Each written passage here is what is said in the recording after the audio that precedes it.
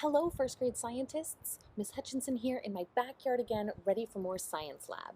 It's a little later than I normally record, but what we're going to be observing can't be seen until nighttime, so I waited as long as I could so that we could talk about it. When you look up at the night sky, what is it that you see? Yes, we see the moon. What else do we see up there? Did you say stars? That's right, we see lots and lots of stars up in the night sky. Well, what is it that you already know about stars? Take a moment and turn and tell a family member or someone at home everything you know about stars.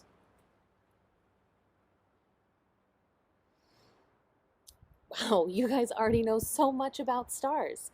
Well, I want to share a little bit of information with you about stars, but before we do you guys know which is the closest star to our planet Earth? Let me give you a hint. You see it every single day, unless it's cloudy. The sun. The sun is a star. It's actually the closest star to Earth. Let me give you a little background information about stars before we get into the rest of our topic. A star is born. Billions of stars also light our night sky. Stars are huge balls of hot, glowing gas that shine throughout our universe. The sun is not the brightest star, but it seems like it to us because it's the closest one to Earth.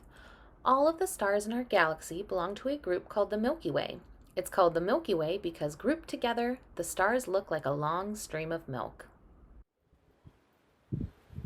You guys already knew so much about stars, but I'm happy that we went and learned that stars are big, hot balls of gas out in space, and how bright they are is dependent upon their size, temperature, and how close they are to Earth. But do you know what you call a group of stars? Have you ever in the daytime laid in the grass, looked up at the clouds and said, "Ooh, that looks like something"? It looks like a big fluffy bunny or a dragon up in the sky. You can do the same thing with stars at night. Do you know what it's called when you find shapes in the stars? It's called a constellation. Let me tell you a little bit more about them. Pictures in the sky. Long ago, people noticed that certain stars, grouped together, formed pictures of people, animals, and objects in the sky. These pictures are called constellations, and the ancient Romans gave the constellations names. Astronomers make star charts. Star charts are maps of the night sky, and we can use them to find constellations. The Big Dipper is in the constellation of Ursa Major. The Little Dipper, also called Ursa Minor, looks like a soup ladle. The star at the end of its handle is Polaris, also called the North Star. Constellations are such a cool thing, and if you get to a nice dark space where you can really see stars in the sky, you could find so many. There are 88 named constellations in our solar system, many of which have stories based in Greek mythology. I was hoping I could share a few of them with you today before we get into our activity. The Big Dipper. This constellation is part of another constellation called Ursa Major, or the Great Bear. The story is that Bear used to be the great huntress Callisto. She was turned into a bear out of jealousy and placed in the sky by Zeus for her safety. Cassiopeia, or the Queen. Cassiopeia was a horrible and selfish queen. She was placed in the sky by Poseidon as punishment for her vanity. She is surrounded by constellations named for her family members. Leo, or the Lion. Leo the Lion was put into the sky as a series of constellations to protect people from getting hurt. Orion, or the Hunter. Orion was a great hunter who bragged about his skills. He was put in the sky after losing a battle against the scorpion Scorpius. They are on opposite sides of the sky, so Orion is always fleeing from Scorpius. Scorpius, or the Scorpion. Scorpius was sent to fight Orion. Zeus sent him up to the heavens after winning the fight. Now he is always chasing Orion across the sky. Taurus, or the Bull. When Zeus fell in love with the princess Europa, he transformed himself into a white bull with golden horns named Taurus and carried her away to Crete. Pegasus, or the Winged Horse. Zeus used Pegasus to carry his lightning and thunder, and eventually placed him among the constellations. Gemini, or the twins. Twin brothers Castor and Polydeuces were great Argonauts. They were placed in the sky by Zeus after many valiant battles, forever inseparable. Aren't those stories just fascinating? Those are just 8 of the 88 constellation stories that you could look up if you were interested. In today's activity, you're actually going to recreate a version of those constellations that we just learned about, and you're going to make it so you can observe them right at home. Are you ready to check out the materials? All right, let's take a look at what we need in order to try this out at home. The materials you will need are a piece of cardboard or surface to cushion your pin, the constellation patterns, a push pin, safety pin, or paperclip, black construction paper or any dark color cut into squares of about 4 inches by 4 inches, scissors, glue, and a paper tube, like from paper towels or toilet paper. All right, I thought I'd show you what I have to use at home for the materials because I didn't have absolutely everything. I do have a square of cardboard, just something this big that you can push through. I don't have a printer at home, so instead of printing the templates, I just copy them off my computer, so I have them ready to go. I also couldn't find any black construction paper, but I found an old black gift bag, and I was able to cut it into some smaller squares, like I said, about 4 inches by 4 inches. I do have glue ready to go. I also couldn't find a push pin, but I have a safety pin that I can use. And last but not least, my paper tube, so I can do some viewing once my constellations are all set up. All right, so I've gathered my materials, and now I'm ready to check out the steps. Listen along to find out the steps you can take to observe constellations right at home.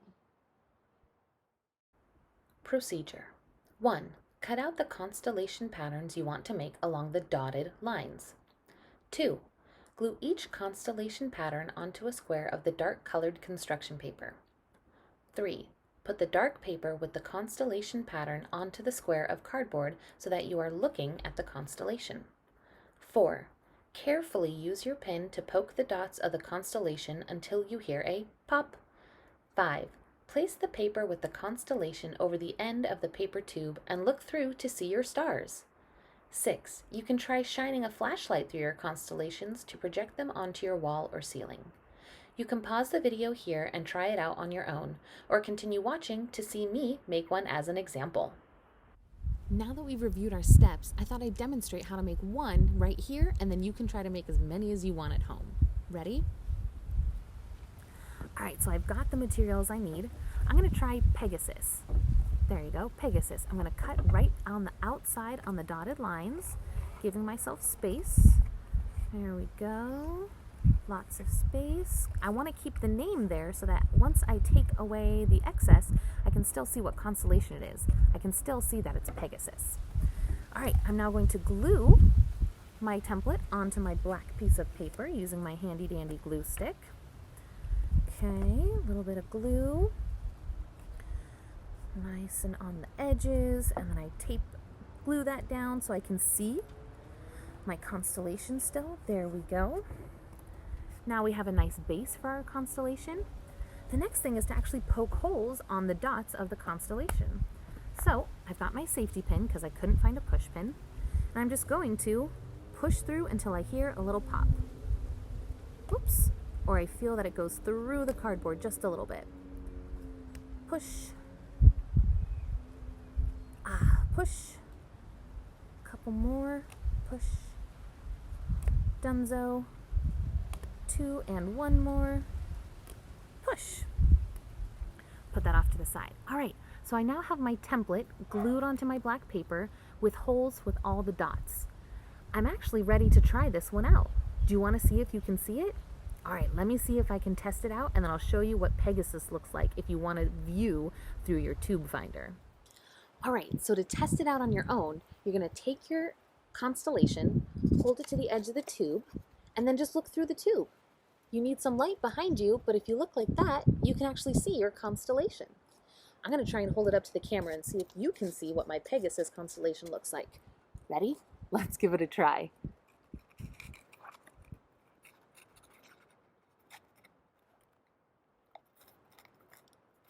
It's not quite perfect, but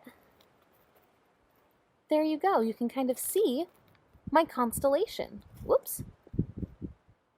There it is. There's Pegasus, the winged horse flying across the sky. You should try it out at home.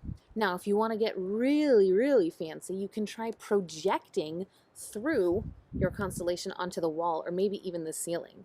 I've had some mixed results with it personally, but you might be able to figure it out at home. I'll give you a hint. If you find a flashlight with only one bulb, it might work best. All you would do is hold up your constellation, take your flashlight and shine it through and see if you can see the constellation on your wall or ceiling at home. All right, make as many as you want. You can use all the templates I gave you. You could find even more. Like I said, there are 88 constellations. Or, feeling up to it, you can make your own and name it for yourself.